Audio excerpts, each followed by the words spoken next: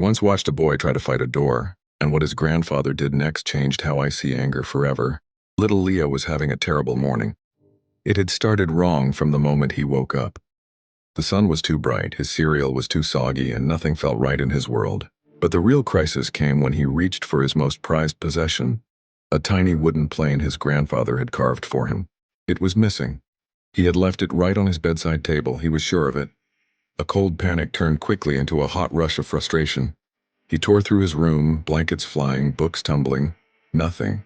The emptiness where the plane should have been felt like a personal betrayal. In that moment, the whole house became his enemy. He stormed out of his room and slammed the door with all his might, the bang echoing through the hallway like a gunshot. He kicked off his sneakers, sending them flying across the hall to thump against the wall, and yelled to the empty air, "This whole day is ruined. Everything is against me." His chest heaved and hot, angry tears pricked at his eyes. He felt utterly alone in his outrage. His grandfather observed this entire storm from his worn armchair in the living room, calm as a deep, still lake. He had been reading, but now the book lay closed in his lap. He didn't interrupt, he didn't scold. He simply waited, his kind eyes watching the tempest in his grandson. He understood that anger in its first fierce bloom is deaf, so he waited for the wind to die down. When Leo's breathing finally hitched and slowed into ragged gulps, the old man smiled. Not a smile of amusement, but of deep recognition. "Leo," he began, his voice a low, steady rumble, "I need you to do two things for me. First, go apologize to the door. Then, say you're sorry to your shoes." Leo blinked, the remaining anger momentarily stunned into confusion. He wiped his nose on his sleeve. "Grandpa, they're not even alive. They don't have feelings. Why would I talk to a door? It's just wood and hinges." The request seemed to exist outside the logic of his world. A bizarre puzzle that made his earlier fury feel strangely silly. His grandfather leaned forward, the leather of his chair creaking softly. "You were angry at them, weren't you? You looked at that door and you saw something to fight. You saw those shoes as things to be thrown. If you can direct your anger toward them, if you can give them that heavy, dark energy, then you can surely offer them an apology. Yelling feels easy, Leo. It's a reflex, like pulling your hand from a flame. But saying I'm sorry, especially when you mean it, takes a different kind of muscle. It's a muscle built in the quiet moments, one you have to choose to use."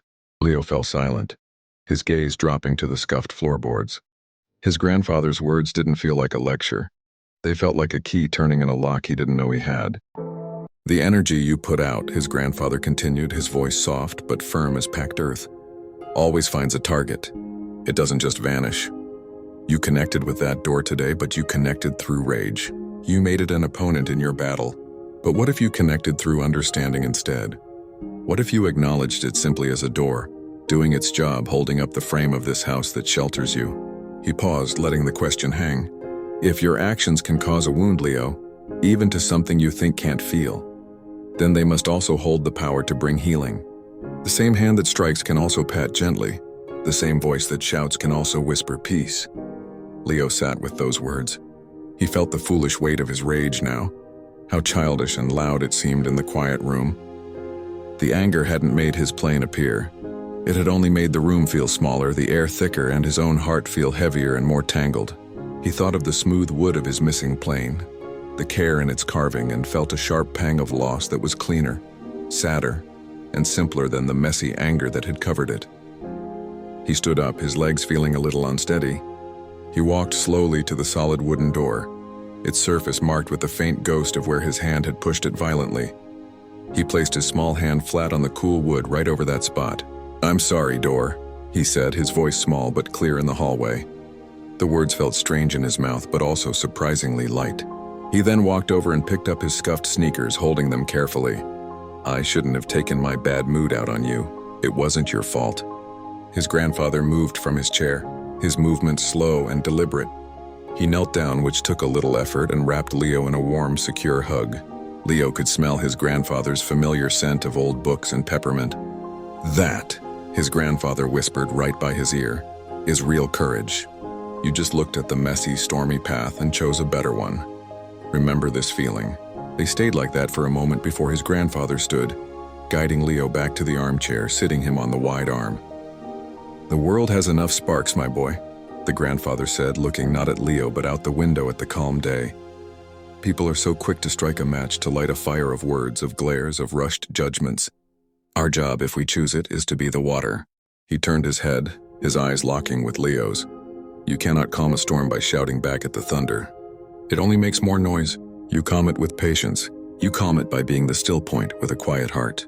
Leo looked up, and in his grandfather's eyes he saw no disappointment, only a steady, proud light. A new resolve, fragile but definite, settled in his own chest. I'll remember, Grandpa, he said, and this time his voice was stronger.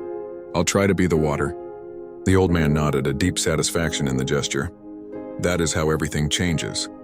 Not by fighting the darkness, shout for shout, blow for blow. That just makes more darkness. But by gently, stubbornly adding more light, one choice at a time, one apology at a time, one deep breath instead of a slammed door. So what did we learn from Leo and his grandfather today? The lesson is layered like the rings inside a tree. First, feeling anger is human. It visits us all. It is a natural, powerful weather system of the heart. It is not a sin to feel its first hot flash. But our character, who we truly are, is not defined by the anger we feel. It is defined by the actions we choose in the moment after we feel it. Do we feed the storm or do we become the calm? Stories like this are mirrors held up to our own lives. We see Leo's frustration and we recognize our own. We hear the grandfather's wisdom and we feel a longing for that kind of peace. The true magic doesn't happen in the listening. It happens in the quiet moment afterward, when we see our own reflection in the story and consciously decide to grow, to bend, to choose differently. If this lesson found a home with you today, if it resonated somewhere deep behind your ribs, please help this message reach others who might need to hear it. Sharing this understanding is how we water each other's gardens. A like on this video truly supports this channel, My Stories TV, and helps us craft more content that aims to bring a little more light. And I would genuinely love to hear from you in the comments below. Share your own reflections. When was a time you chose to be the water in a difficult situation? Your story might be the mirror someone else needs. Thank you for listening, for spending this time in a space of reflection. Until next time, tend to your inner peace. Nurture it, protect it, choose it. The world has plenty of storms. It desperately needs your calm.